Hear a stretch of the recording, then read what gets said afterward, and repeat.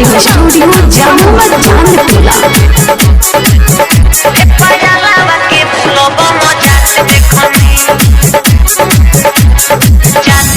गेरुआ रंग के साड़ी किन के आगाड़ी हो किन के आगाड़ी इन्हीं तो यार बाड़ी देवघर जात बाड़ी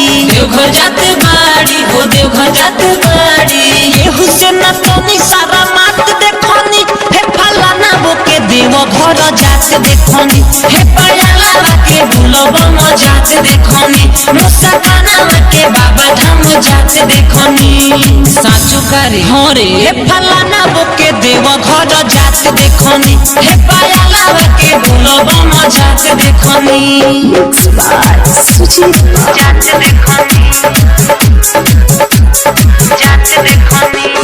बोलो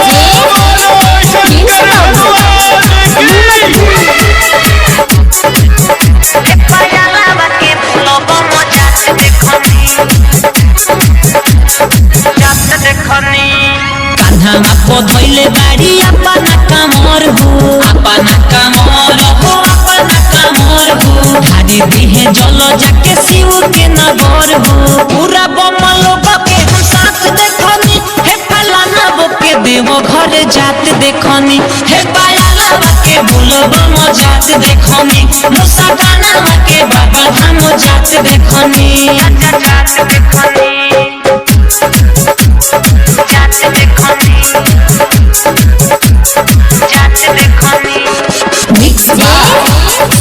रिकॉर्डिंग स्टूडियो जामुआ चांदटोला।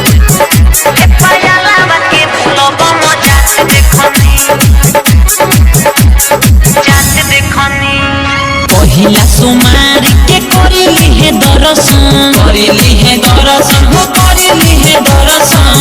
से बोलमुआ भी बोलू सुदर्शन सुजित बाबू के मुस्कात देखनी हे फलाना बोके देवघर जात देखनी हे पयाला के बुलबम जात देखनी मुसा काना के बाबा धाम जात देखनी गेरुआ रंग के साड़ी किन के आगाड़ी हो किन के आगाड़ी इन्हीं तो यार बाड़ी देवघर जात बाड़ी हो देवघर जात बाड़ी ये हुसैन तो सारा मात देखनी हे फलाना बोके देवघर जात देखनी हे पयाला के बुलबम जात देखनी मुसा काना के बाबा धाम जात देखनी साचु करे हरे हे फलाना बोके देवघर जात देखनी हे पयाला के बुलबम जात देखनी।